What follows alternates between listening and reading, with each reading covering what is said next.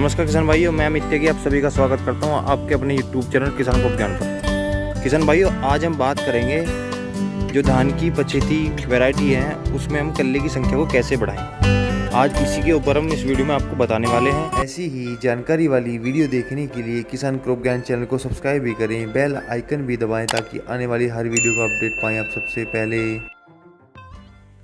किसान भाइयों, धान की जो पछेती फसल है उनके लिए जो हम उर्वरक आपको बताने वाले हैं वह बेहद ही खास उर्वरक हैं, जिनके प्रयोग से आप धान में कल्ले की संख्या को 20 से 25 तक ले जा सकते हैं। क्योंकि जो धान की उपज है वो डिपेंड करती है कल्लों की संख्या पर। तो कल्ले की अगर संख्या अच्छी होंगी तो उससे अच्छा उत्पादन धान की फसल से हो सकता है। तो सबसे पहले इस क्रम में किसान भाइयों हम बात करेंगे कुछ खास फर्टिलाइज़र की, कुछ खास उर्वरक की और खाद की, जिनके प्रयोग से आप धान की फसल में कल्लों की संख्या बढ़ा सकते हैं। तो सबसे पहले हम बात करेंगे सागरिका फर्टिलाइज़र की। किसान भाइयों, यह बेहद ही खास उर्वरक है जो धान की फसल में काफ़ी फ़ायदेमंद होता है। किसान भाइयों, इसका प्रयोग हम कैसे करते हैं पहले ये जान लेते हैं।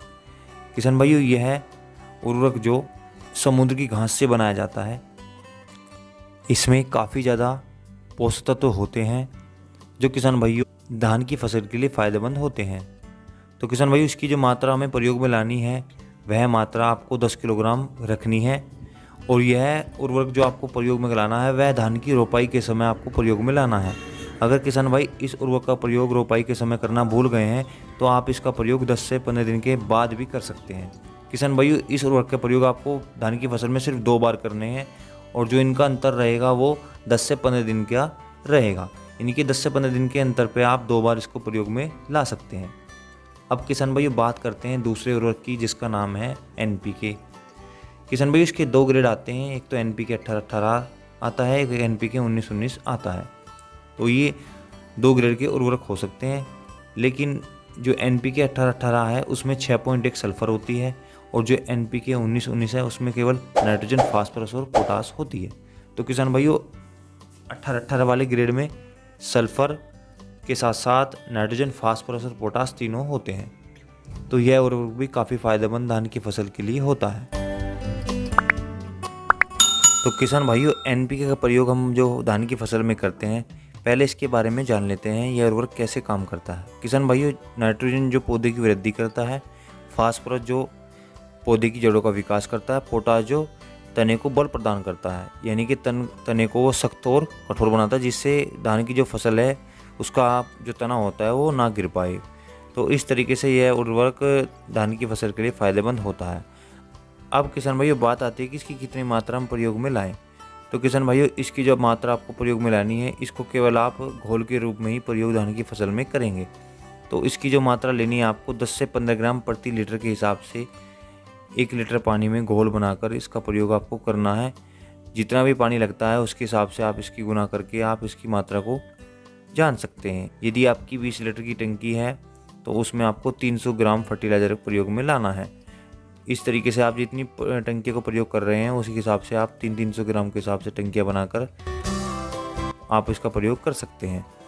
अब किसान भाई बात कर लेते हैं अगले उर्वरक की, यूरिया फास्फेट उर्वरक की। किसान भाइयों, यह भी बहुत ही बेहद खास उर्वरक है जो धान की फसल में प्रयोग किया जाता है।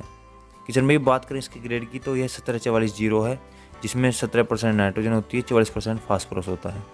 किसान भाइयों, यह जो उर्वरक है धान की फसल में कल्लों की संख्या को बहुत तीव्र गति से बढ़ाता है और बहुत ही ज़्यादा खास उर्वरक ये माना जाता है। तो इसका प्रयोग भी आप धान की फसल में कल्ले बढ़ाने की संख्या में कर सकते हो।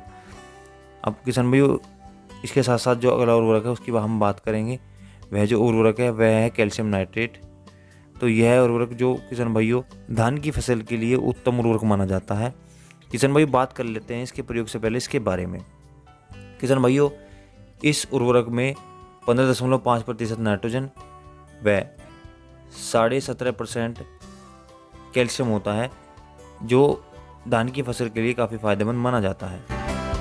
नाइट्रोजन जो पौधे की वृद्धि करता है वह कैल्शियम जो जड़ों द्वारा मिट्टी में उपस्थित पोषक तत्वों को चूसने का कार्य करता है और वह इसके साथ साथ जड़ों का विकास भी धान की फसल में करता है।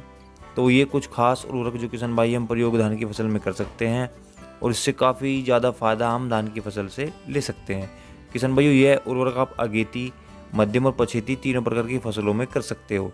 लेकिन अब बेहद जो ज़रूरी है वो है कि जो किसान भाई जिन्होंने धान की रोपाई अभी लास्ट सप्ताह में की हुई है या जिनको रोपाई करे हुए 10 से 15 दिन हो गए हैं, तो उनके लिए बेहद ही खास हो जाता है कि वो कौन सा उर्वरक धान की फसल में दें जिससे वो उत्पादन बढ़ा सकें।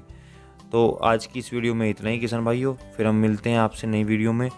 हाँ, अगर जिस किसान भाइयों को वीडियो पसंद आई हो या हमारे इस चैनल पर नए आए हों तो कृपया करके वो हमें कमेंट करके जरूर बताएं इस वीडियो से आपने क्या सीखा, और साथ में हमारे चैनल को सब्सक्राइब कर लें, बेल आइकन को जरूर प्रेस कर लें ताकि आने वाली और भी वीडियो का अपडेट आपको मिलता रहे। तब तक के लिए किसान भाइयों।